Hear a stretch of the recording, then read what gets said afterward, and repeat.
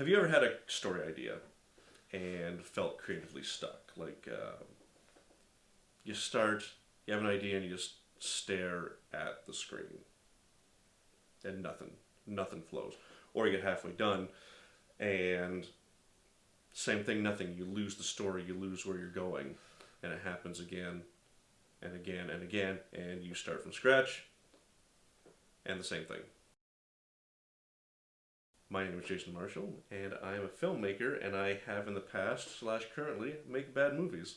So back in 2004, got together with some friends, and we decided to make a film. We made a couple films, in fact. So, I like you. Really? It off, Smitty. I prefer the shiny one. He was going to talk you to done it by now. Jesus Christ! We weren't happy with them. And it was confusing because we watched films and we're like, why isn't our thing like this? What's missing? Dear God, my movie is the worst piece of crap I've ever seen in my entire life. How could I have been so blind?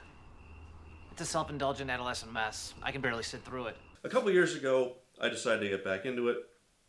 Met a few people, made some very good friends from it.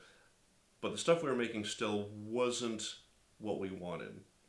And it was that time I took a deep dive into what's going on. Why is this still not working? What I found out, it all comes down to story. Story is everything. It is the foundation your film is built on. And without it, it becomes a crumbly, disjointed mess. So, what is story structure?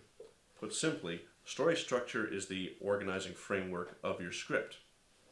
Structure controls the major elements of the story. That leads us to the next question, what are the elements of structure? The elements of structure are acts, which are your big sequences, followed by beats, which are your moments within a sequence, and then scenes, which are the sub-moments that make up the content of your story. You've probably heard of the 3-act structure. That's the standard in Hollywood. I'm not a fan because Act 2 is often split, more than often, always split into Act 2A and 2B. And I feel like that's a cheat.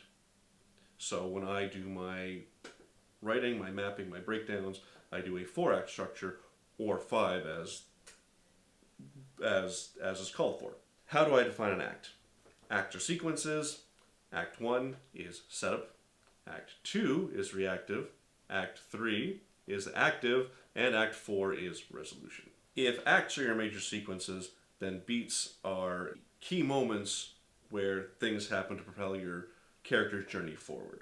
I've developed my own system based on multiple sources like Christopher Vogler's The Hero's Journey, Blake Snyder's Save the Cat, Daniel Calavisi's Story Maps, Dan Harmon's Story, Circle, and kind of put them all together, but the fundamental base is Save the Cat. Within Act 1, your setup phase, you have the prologue, the normal world, disruption, and fork in the road.